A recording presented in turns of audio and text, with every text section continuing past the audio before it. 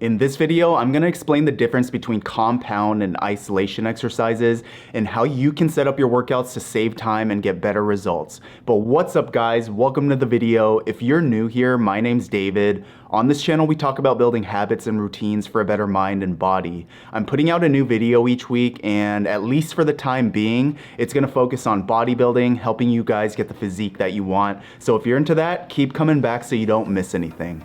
If your goal is to build some muscle, get stronger, have better workouts, and make the most of your time in the gym, it's not just about picking the right exercises, it's also important to do them in the right order.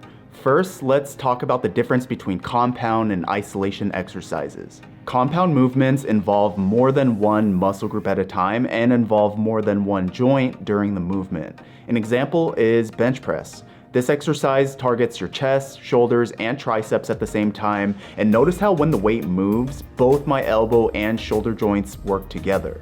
Isolation movements, on the other hand, target only one muscle group at a time and involve a single joint during the movement. An example of this is cable flies.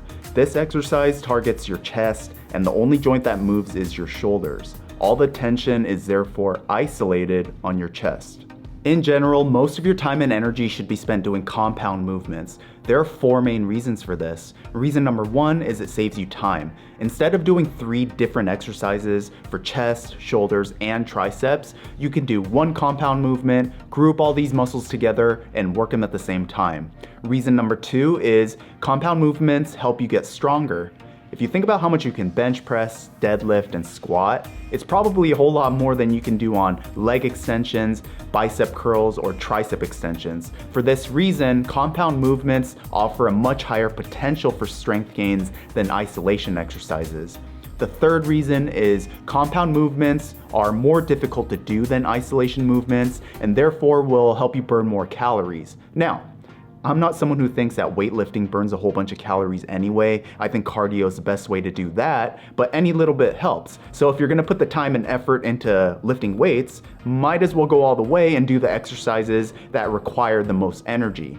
The fourth and final reason is compound movements recruit the most muscle fibers, which is the ultimate goal if you're trying to build muscle. For these reasons, try doing more compound movements, especially if you're new to the gym. Typically what'll happen is as you work out longer, you find different exercises that you like and you add things to your program. But if you don't have a solid foundation of lifting weights, I strongly suggest that you work on your compound movements first and then start adding things later. Even for myself, I've been working out all these years and I still do the same basic compound lifts every time I go to the gym. But let's say that you want to throw some isolation work into your program. Now let's talk about the order that you do your exercises, because I think that's also important. I see it all the time. Someone will come into the gym and immediately start doing cable flies on chest day, or they kick things off on leg day doing leg extensions.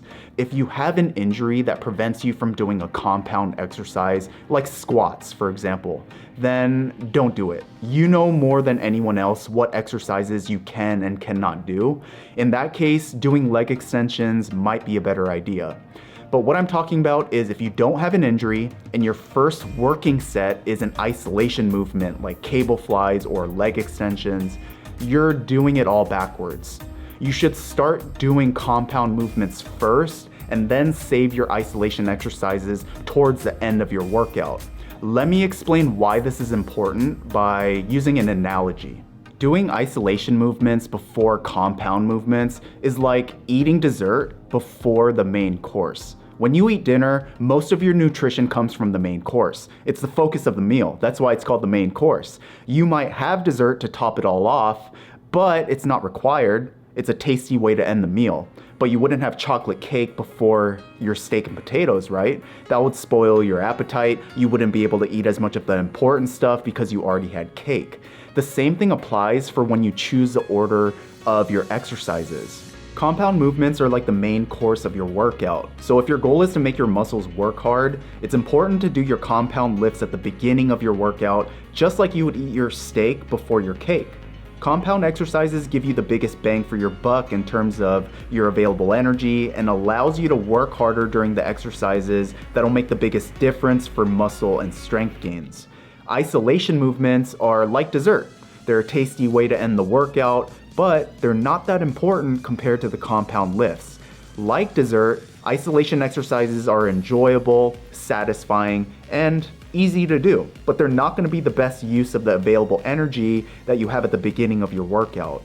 So rather than starting shoulder day with lateral raises, save that for later and instead start by doing a standing shoulder press. Lateral raises only hit your delts, but a standing shoulder press works your shoulders and triceps at the same time, and also because you're standing, you're engaging your core to stabilize yourself. On leg day, don't start with leg curls. Those only work your hamstrings. Instead, start doing Romanian deadlifts. Do that while you still have all your energy. Romanian deads work your hamstrings, glutes, and lower back at the same time. On pull day, which if you don't know what that is, that's back and biceps, do not start with bicep curls. Save that for the end if you want to finish your biceps off, because you don't want to exhaust your biceps before doing your back exercises, because when you do your back lifts, you're going to be engaging your biceps anyway. Instead, start doing pull-ups or lat pull-downs or bent over rows. Your back is a much bigger muscle group than your biceps are, so you want to prioritize hitting the larger muscle groups when you have the most energy, which is at the start. I'm not trying to say that isolation movements are bad or that you should never do them.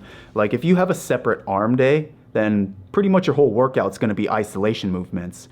With that being said, compound lifts are your steak and potatoes. It's going to be the foundation of your workout plan, so it's important to understand how to do compound movements first before adding all the other stuff.